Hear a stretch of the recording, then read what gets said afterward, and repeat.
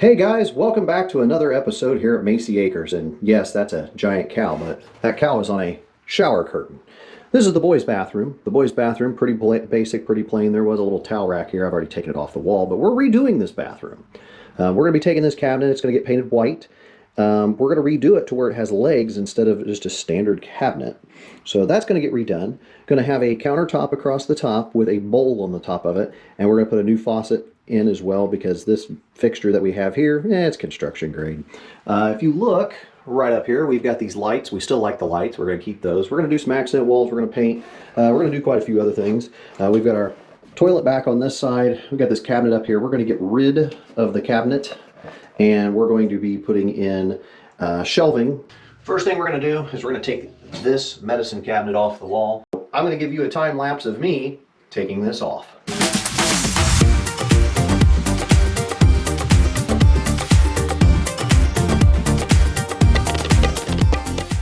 Now we've got the medicine cabinet off the wall. The next thing we're going to work on is this sink. We want to get the sink faucet out. One thing you want to remember to do is if you are taking anything out above your sink, make sure you pull the stopper up or push the stopper down and make sure it blocks the drain so you don't lose anything in it, because you can take stuff like these screws and just drop them and it won't go down in the drain.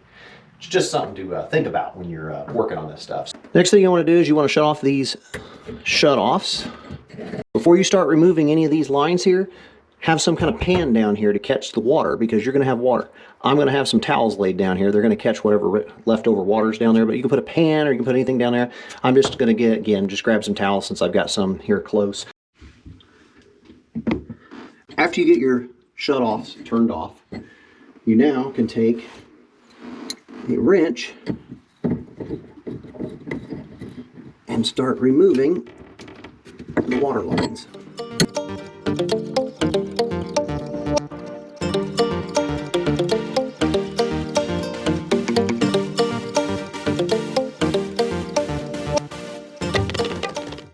Now that we got the faucet out, the next move is we're going to start working on getting this drain piece out. So in order to do that, we have to release the top of this P-trap. In order to get this countertop off, take a little utility knife. There's not much holding it on. And we're going to cut right along the edge here and try to get this caulk to release from the wall.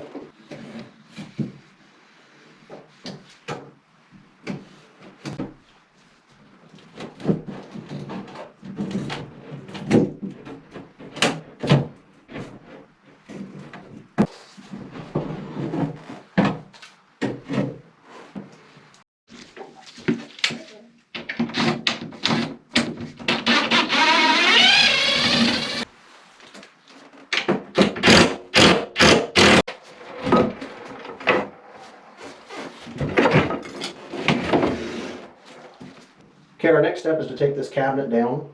I have already taken the shelf. It was up here, moved it down so it's out of the way. There's 4 screws holding this in place. We're going to pull this cabinet off the wall. That will clean this wall off. Then all we have left to do is remove the toilet paper dispenser on the wall, and start fixing all the walls. And we can also then at that point in time rip the floor up and put down a nice, good subfloor for tile.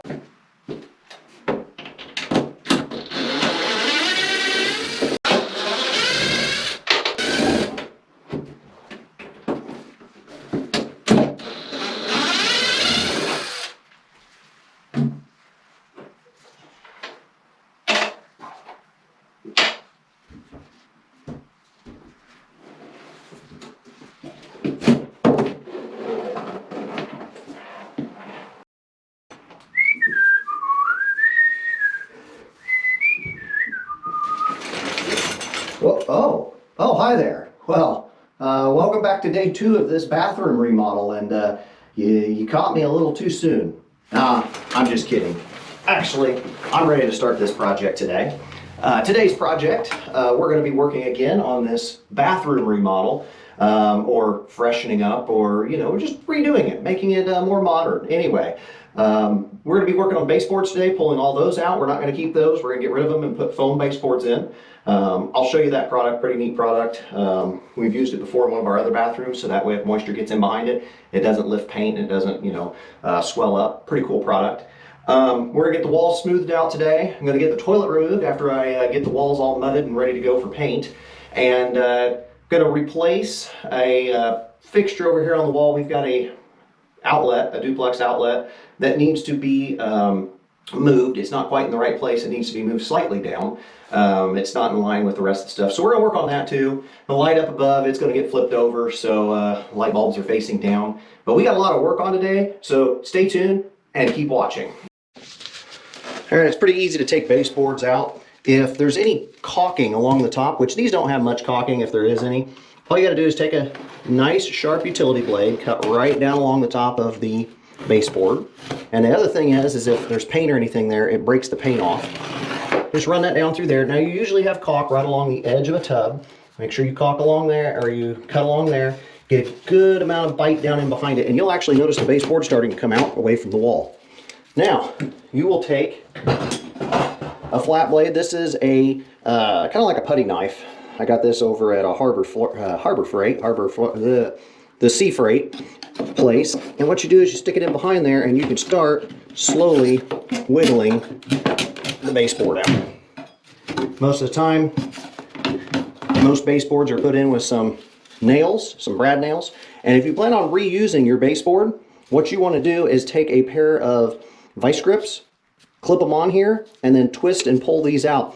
Don't pull them, don't try to nail them back through the backside, because if it catches any of the wood, it'll splinter it out on this side. You want to pull it through.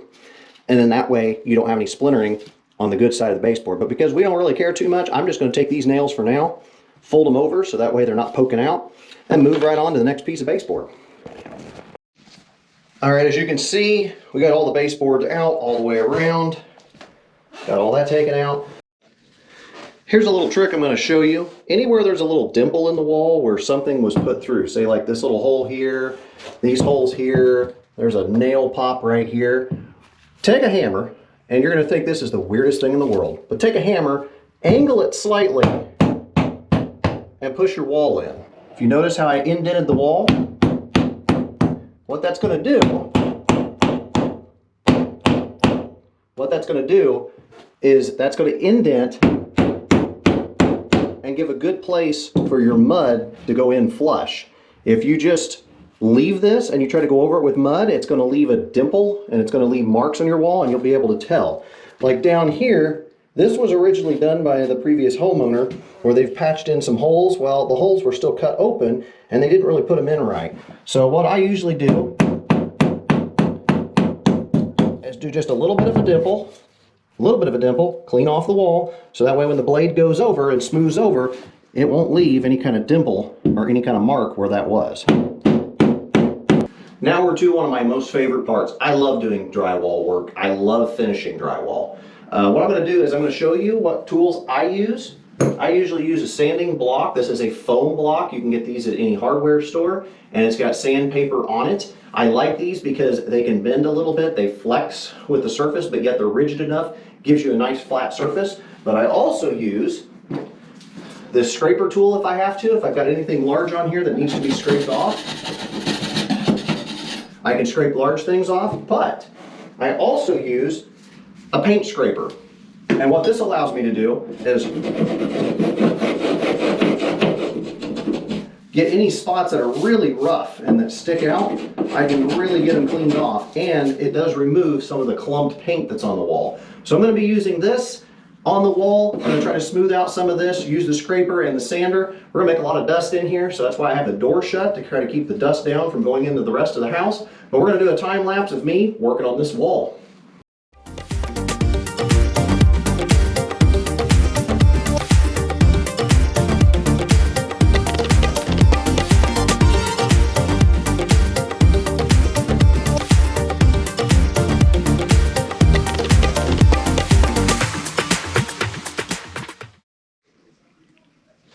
Because this receptacle is not level with the light switch, and the light switches are at a typical light switch height, what you would normally have when you walk into a room, we're going to cut this down and we're going to bring this receptacle box down to here.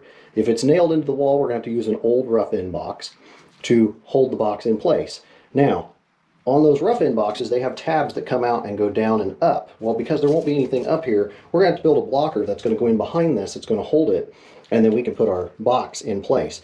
But right now, we're going to be making a cut in this with our oscillating tool, get this little piece knocked out, get a better idea of what this receptacle looks like on the back side, or this box, so that we can then proceed to move the box down. This is my oscillating tool. It's a Rockwell F50. I got this a few years ago. I love this tool. It works really well. It's got multi-speed. We're going to actually dial it down a little bit. It's got a multi-speed adjustment on it, so it controls how fast it runs, but it makes this job of cutting this hole out very easy.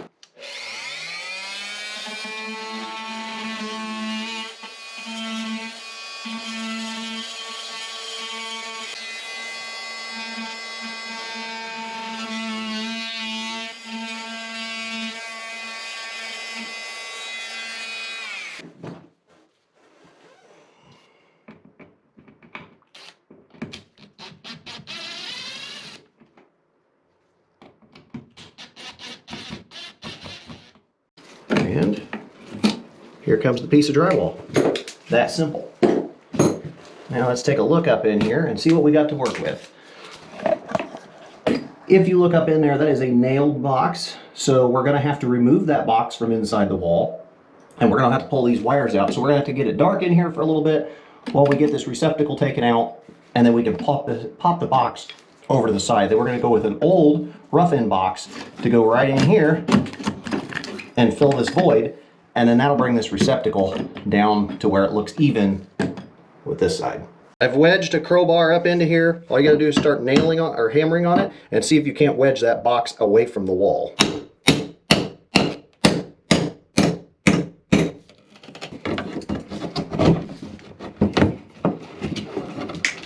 Just make sure when you're doing this, know that if you have a wall on the other side, don't try to go through it. I knew some homes that used to have 2x2 studding. They were modular built homes, about 1950s, 1960s. And if you cut through, you could easily cut through the other side.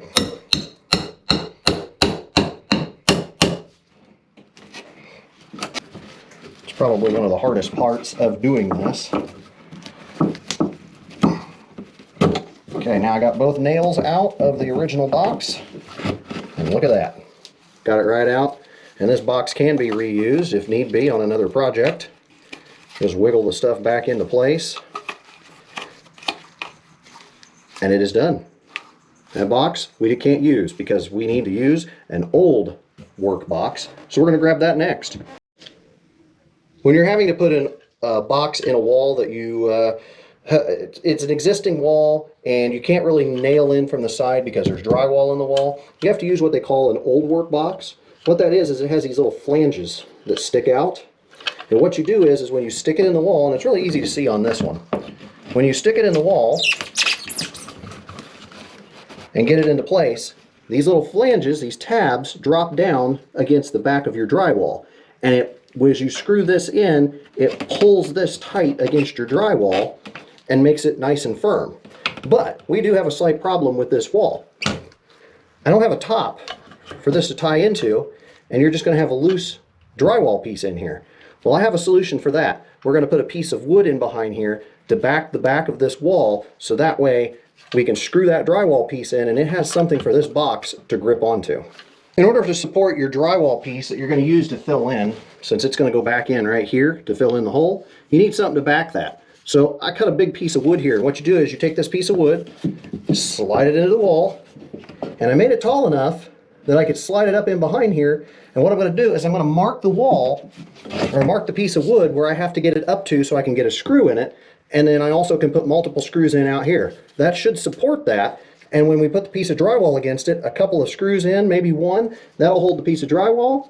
And then you can tighten up the box against the back of it. Helps when it's in the right direction.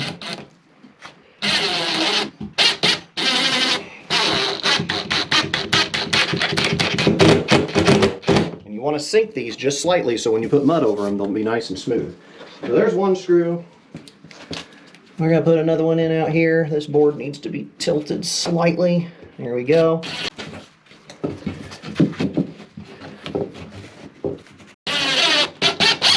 In place. Now you can take your scrap that you had cut off and you can set it up in here and make sure that your box is going to fit on the bottom side of it. And it looks like it's going to fit just fine.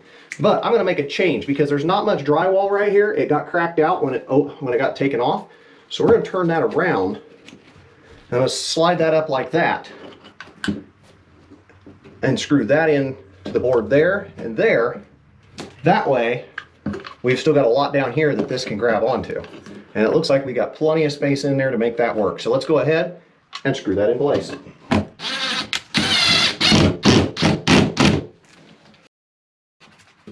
Now this little ridge that's at the top, we're going to notch this out with a utility knife because we want mud to get down in here. And we want this to smooth out. So we want to go over this, make sure this is all kinds of notched out in here. Because again, you want mud to get a nice, good connection between these two pieces. Now to get this box in place, first of all, we're going to want to knock out one of these holes in the top so that way the wire can go through, but don't completely knock it out. See, I can push it with my thumb. Push it with my thumb, push it up, and that pushes it in, and then you're going to feed the wires down through that hole. So you just got to pull it back, get the wires lined up, and sometimes these can be a challenge because they don't want to cooperate. Once you get the wires on the inside, you just start pulling on them. Now if you're a really good electrician, you're going to know what I did wrong here. If you look, I screwed this in place. What is there that shouldn't be there? That's right, these little metal tabs. Let's unscrew this and I'll show you why. If you look, there's these little extra metal tabs. These metal tabs stick out because if you have a box that sits in behind your drywall, say you have a box that got laid in behind, they laid drywall, and it sits back too far. If you look over here, those tabs hold it against the front part of the drywall. Well, we don't need that over here. So what we need to do is take these tabs and remove them from the corners so that way this will suck down in tight because you've already got your distance out here that you need. All right, in order to take these tabs off, it's really easy. You just wiggle them back and forth and they eventually just come off. It's pretty simple. Once you wiggle all these off, I'm going to tighten this back to the wall. Now that we've gotten those tabs off, now watch. This will pull this receptacle nice and tight and flush against the box and not sticking out here on the front edge. So when you go to put your faceplate cover on, it will actually be tight against the wall and it won't stick out because the faceplate screws into the front of the receptacle, not this box. So that'll make it nice and smooth. The next thing we got to do is fill in this with drywall mud. All right, what I've done here, I put just a coat of mud on this, smoothing it out. And I try to get as smooth as I can every time I put it on and put on light coats. Now this one I've pushed a lot of mud into the holes. So as you can see, it wants to push itself back out, and that's normal. Once that hardens up, we can go back over it with another coat of mud.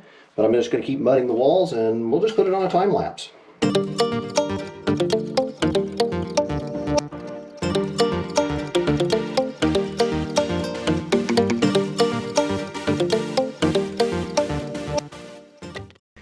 Alright guys, you know what this is.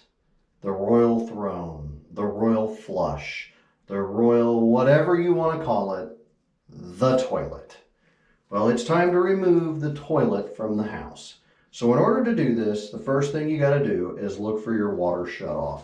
I'm going to show you where the water shutoff is. It's right here. What you do is you turn the dial, and I always turn to the left first, just slightly, and then go back to the right. Because if there's anything caught up in it, it will catch it, and it'll loosen it up and allow you to tighten the line. Okay, now that we've got that done, next thing you got to do is you got to open up the inside of the toilet on the top, and you're going to have to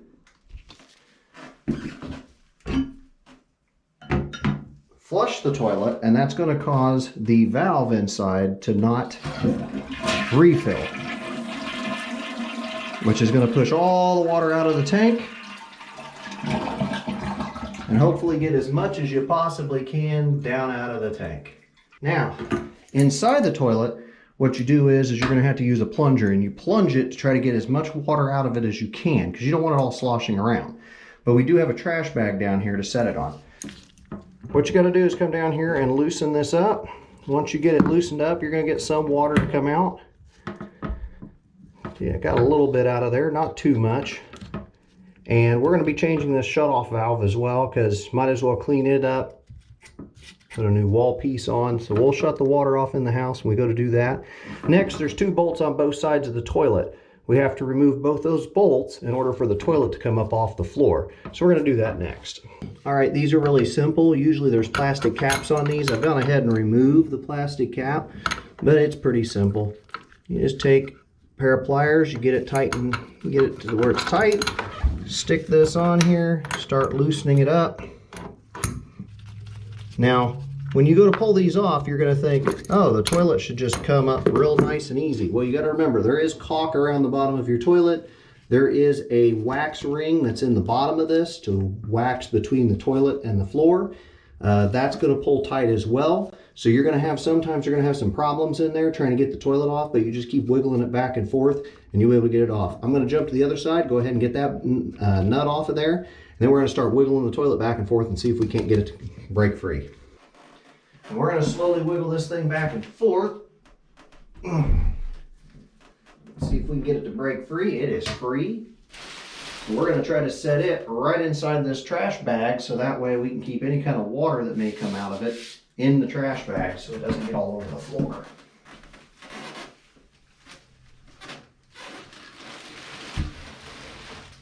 Now we can take the toilet, we can move it out of here, start pulling the floor up. But before you do any of that, you got to make sure that you put something in that drain, or you're going to start getting sewer gas coming into your house.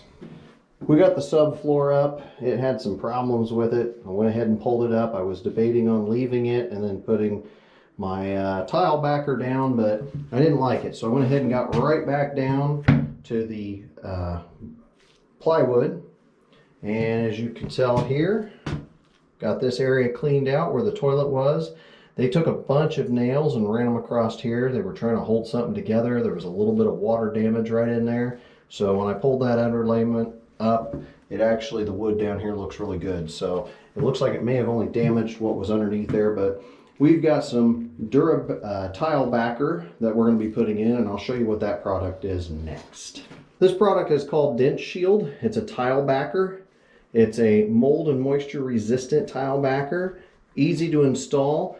I've got these screws that I screw in to hold it in place, but I'm going to take this, I'm going to set it down on the floor, screw this one in, and then I'm going to start building pieces for the rest of it, because this piece will not fill the whole floor. It looks like it will. All right, after notching that corner out over there, I cleaned up along the front edge of the tub. Again, you want to make sure it's flat against the front edge of the tub, because that's where water and moisture is going to possibly get in. So that's a good place where you can put caulk down through there, but you want to keep it as narrow as possible. I've been able to wedge it in. If you look, it fits right along that edge underneath the wall. We're going to go ahead and screw this board down, and then I can start working the other boards that go along this side, over here, and back here where the toilet's going to go. These screws that I'm using here, these are made for this Durarock tile backing. A whole box full of them from another project I worked on. We're going to screw this down.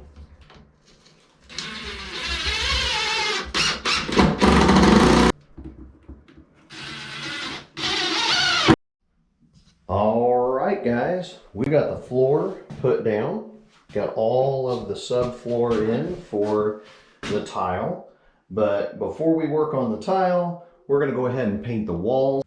All right, while we're letting some of the mud dry, I can start trimming out around the room and getting everything trimmed up above, around the corners, around the tub. So I'm going to go ahead and do that. I'm going to put this on some time lapse so you don't have to sit here and watch me paint for like 2 hours. And you can see the progress. So you guys just sit back and watch, and you're going to get to see the really cool color that my wife picked out, and we have in a few other rooms of the house. We really like it. We think it'll really go with what we're going to do at the bottom section of this bathroom.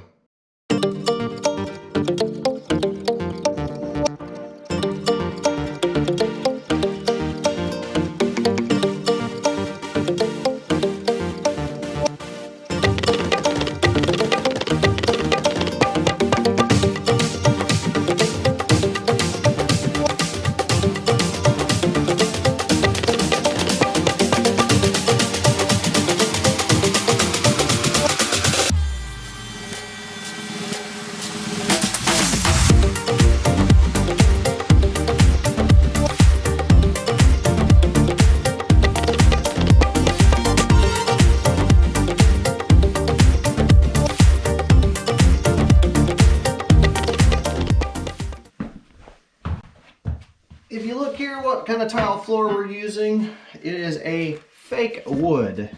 It has kind of like a grainy look to it. And again, it's got just kind of looks like a rough cut lumber. And it's going to lay right down here on the floor like so. And with that tile backer behind it, it's actually raised it up to where it's almost even with the floor in the rest of the house, because the rest of the house, the floor is a little bit higher.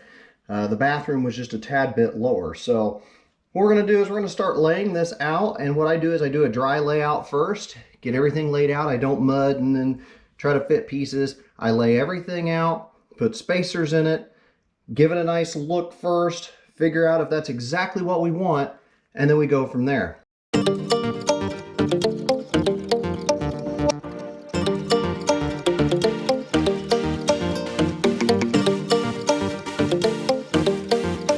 I'm going to cut a piece of tile. It's really easy with this tile cutter. What I do is I picked up this tile cutter. This is one from Harbor Freight. It's called a Drill Master. It's down here on the front, Drill Master.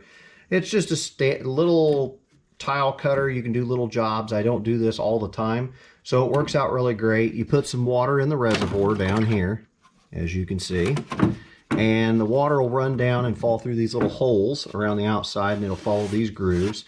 And the thing is you need to line up your tile and make sure that you've got the guide on, and then run it through, because if you try to do this by lifting this up, you're going to get sprayed with water. But I highly recommend, if you're going to go out and do any kind of tile work in your house, backsplashes, tile wall, tile floor, pick up one of these. They're cheap, they're easy, it doesn't cost you that much, and I'll tell you what, when you do one tile job, then you've already got it to do another one. But this is pretty easy. I'll show you how easy it is.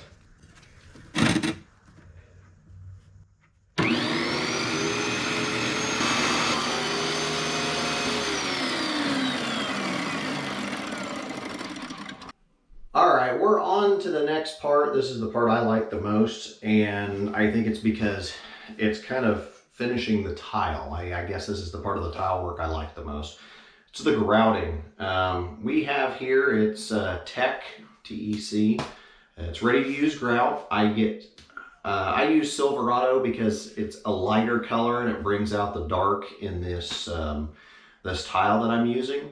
I like it the most, and this is actually ready to use right out of the bucket. You just pull it out, dump it on the floor, and then you use your float here to actually move it around. I'm going to show you the steps on how you do that. You want to go at angles to this, because if you go at angles, it pushes the grout down into the seam. For the most part, I go at 45-degree angles to the grout lines, because if you go into it like this, it starts pulling some of that grout up out of the grout line, and you don't want to do that. You want to make sure that you push it down into the grout lines.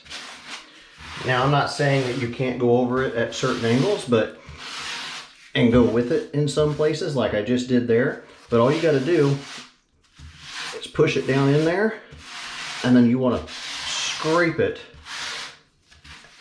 at an angle. Once you scraped it at an angle, and then you come back and you go at a 45, or you go at a 45-degree angle to your grout lines, and then you turn this upward at 90 degrees, as close to 90 as you can. Because what that does is it pulls a lot of the excess off the top. After you put your grout down, you want to get a wet, damp sponge. This one, I've got a bucket back here, got it damp, I don't have it soaking, and then what you do is you sit and start wiping your tile down. And what this does is this cleans the tile off, but also smooths out your grout. And you want to keep reversing this over and over to get all that off. Then you just take it, dunk it in the water, swirl it around, wring it out, and then you go at it again. Now you're going to be left with a haze on your tile.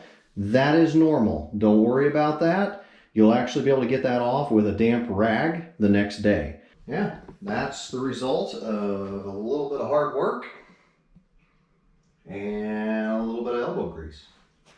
So the next step we're going to work on is working on the walls. All right, guys, you were wondering what we're going to do from here up. Well, let me show you. This is natural rustic barn wood. There you go.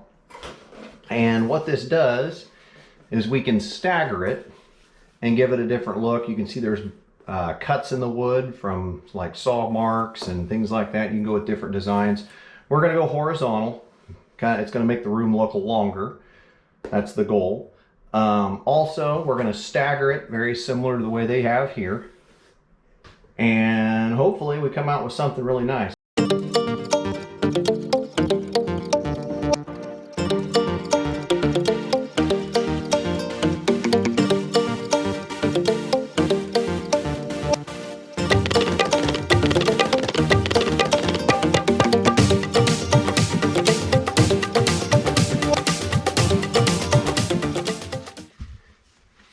This next step is putting the bolts on for the toilet.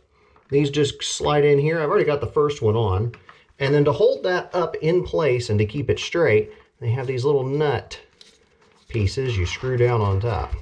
I had purchased an extra thick wax ring. So this wax ring, you got to remove the exterior from it. Make sure this ring goes right like so. And you want to firmly push that down and make sure that it's right in the center. So that'll be a nice tight seal now. So we've taken a smaller wax ring, which is what came with this toilet. It was a thinner. And we went with one that was just a little bit thicker. And what that does is it's going to stick up higher against the bottom of the toilet, and it's going to push down tighter against that flange. Because you want a good solid seal there. Because if you don't, you're going to get a lot of sewer gas coming back up. And these are what tighten the wax ring to the floor. Right now, we're going to move on to getting the tank put on the top part up here. If you look here, this is the bottom of the tank. And this is where a giant rubbery ring ends up sticking onto. That's going to seal that from getting any water anywhere it shouldn't.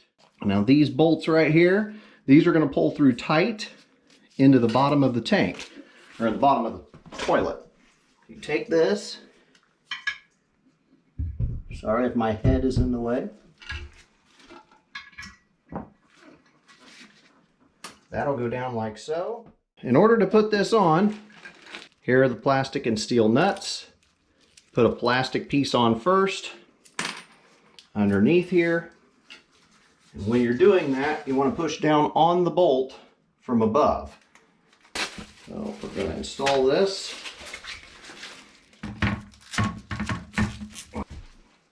All right, now that we got this, these are the bolts that go down through there. These are plastic, so that way they don't corrode. And that's going to wedge right underneath there. I can feel that wedging. Double check. Flip those little lids down. Now, here's the coolest thing of this toilet. Well, one of the cool things. Oh, you go to slam it. It will not slam. it slowly lowers itself. Oh my garshkis, I love that. That is one of my favorite features. But the final step we got to do before we test this thing out is we got to put the supply hose on it. Is if you look at the inside of this, it's got a rubber grommet in there. Do not use any kind of tape, putty, plumber's putty, anything on this fitting. You can see in here, this is hand tightened. You do not have to put pliers on this. You shouldn't have to get that nice and tight. So tighten this down by hand. Now that I've got it by hand, I'm going to tighten that the rest of the way with a wrench. All right, we're going to turn the valve on and we'll see if we have any leaks. So far I don't see any leaks down here, and I don't feel any leaks up here, so I think we're good here so far. So let me show you a little trick on how to caulk around a toilet and make a nice clean line.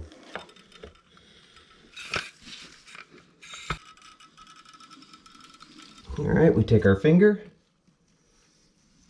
we smooth this out all the way around. All right, now that we've smoothed all that out, now we should be able to just pull this tape, and it should make a nice clean line.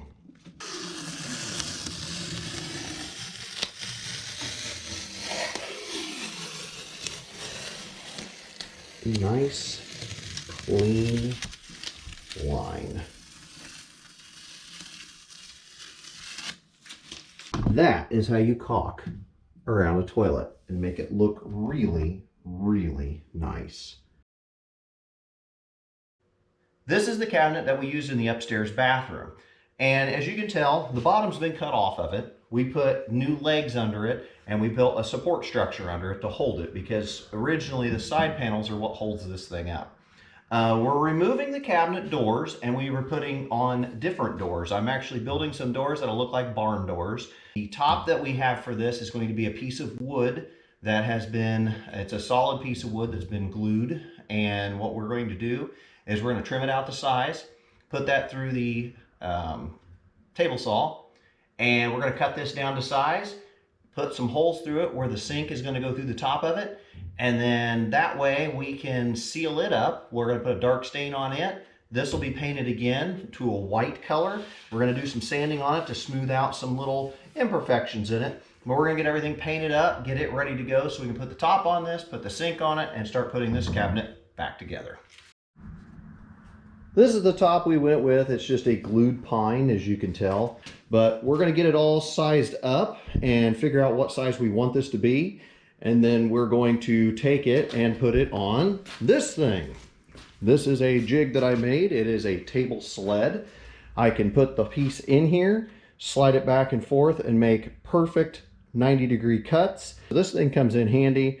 Again, the only problem is there's an ouch section right here. Yeah, you don't want to get your finger near that.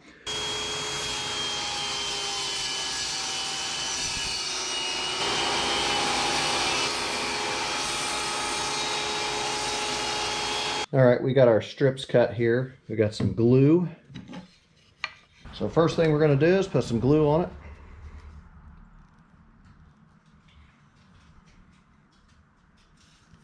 Just like that. Yeah, usually I got something to smooth this out with, but you know what, that'll work. Again, this is not going to be rocket science. And we're going to take the first brad, we're going to put it right through here. Now these brads are only there to hold it in place. It is not there to actually secure it. The glue will secure it. That glue is very strong glue. So we've got that done. We're going to move up to the next one and move our way around. We have our strips in now. We're going to flip this back over, and hopefully we can set it right down in the top. All right, we've centered up the bowl. Now we're going to put a mark here on the tabletop, and we're going to go down on the inside here because we have to put a mark on this as well.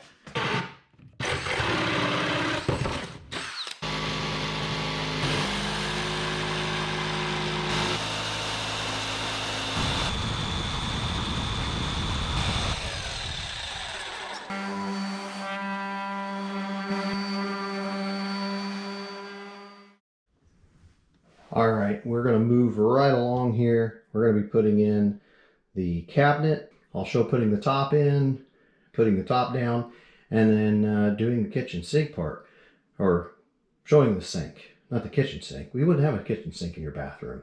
Then again, maybe you might. That would save you a trip. I don't know. That's a good question. We should look into that.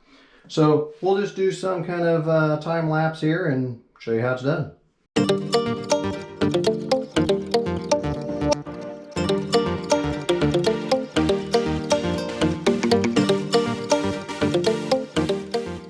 All right, this is the faucet we are installing up here. It's a kind of a drip front. I don't know. Looks kind of like a, well, an outdoor faucet. Old outdoor faucet. Anyway, it does have this wire on it. And what that does is it makes it touch-free. So when the boys leave the spigot on and they walk away, it automatically shuts off. And then you come back up to it, it'll turn back on when you get your hands near it. So I'm going to stick that down in the hole, tighten it up. Every faucet is a little different, so I'm not going to show you the specifics on this one. I'm just going to give you an idea of how this goes in. And then I'll show you underneath how we change out the valves and we attach to the valves. So that's going to be the next step. And we turn it. It comes loose. Ever so carefully.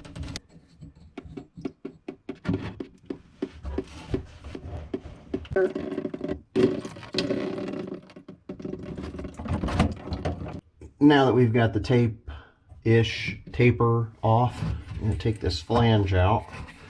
So that looks a lot nicer and shinier. So we'll put that there. We got a new shut-off valve. Picked this up at Menards. Again, Menards is my home away from home. Pretty sure I own a portion of the store. It's been as much money as I've spent in there over the years. So anyway, you take this valve and you basically wind it back on. Take it, you wind it around like so. Not going to need these valve here. There's a little fitting in there so you can use a different hose style in there. Mine already have ends on them, so I don't have to use that. Okay, so I got that tightened to where my hand can tighten it.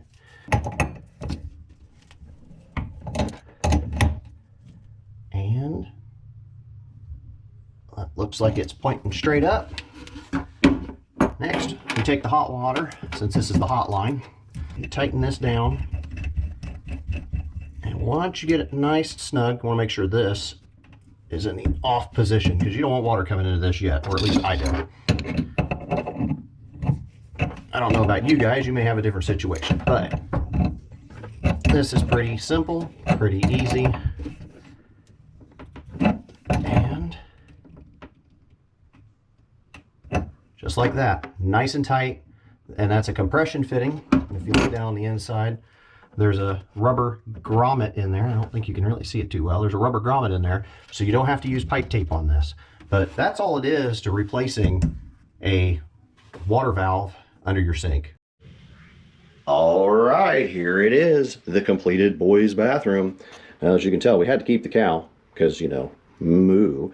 Anyway, here's the vanity. The vanity, we put 2 new doors on, made them tall doors instead of the little bitty doors with the 2 little spots in them. We made them taller. Probably going to make some, you know, things for the inside of that eventually. But for now, we got it set up like this with 2 feet underneath of it. We put this wood top on it. We put multiple layers of sealant on this. And then on top of that, we also added a wax. So it's been polished and waxed. It's nice and smooth. Got this new sink that we ended up putting on with the faucet. The faucet actually drips out over the top, as you can see here. Oh, I turned it on, but it's motion activated. You turn that off. We have the foaming soap dispenser. My wife picked those up on Amazon. Those are pretty cool, actually. You can purchase those on Amazon and get any kind of ball jar, and that's how those work. And then they come with little labels you can put on them, so that's pretty cool. And we've got the big mirror here with the lights above it, and we've got new towel racks. These are actually just black pipe. These are supposed to be black pipe shelves. I purchased another piece of black pipe that made it a little bit longer so I can hang towels on that. We'll swing around to this side. These are actual just hooks that they come. We picked these up at Menards. I'll see if I can't link these up on Menards website as well. Again, that's my second home away from home. Got the floor done, bathroom, toilet. We put in here for our toilet paper dispenser is basically another one of the hangers from the shelves, and put a longer piece of black pipe on there. It was pretty cool. And then we've got this shelving unit, which you can purchase these. These are a product that Menards sells as well. Had a little bit of frustration with those because, you know, not being able to hit certain studs, or the anchors that they give you, they're really not the heaviest, so I put a little bit heavier duty anchors in there to hold that shelving up a little bit better. So that turned out really nice.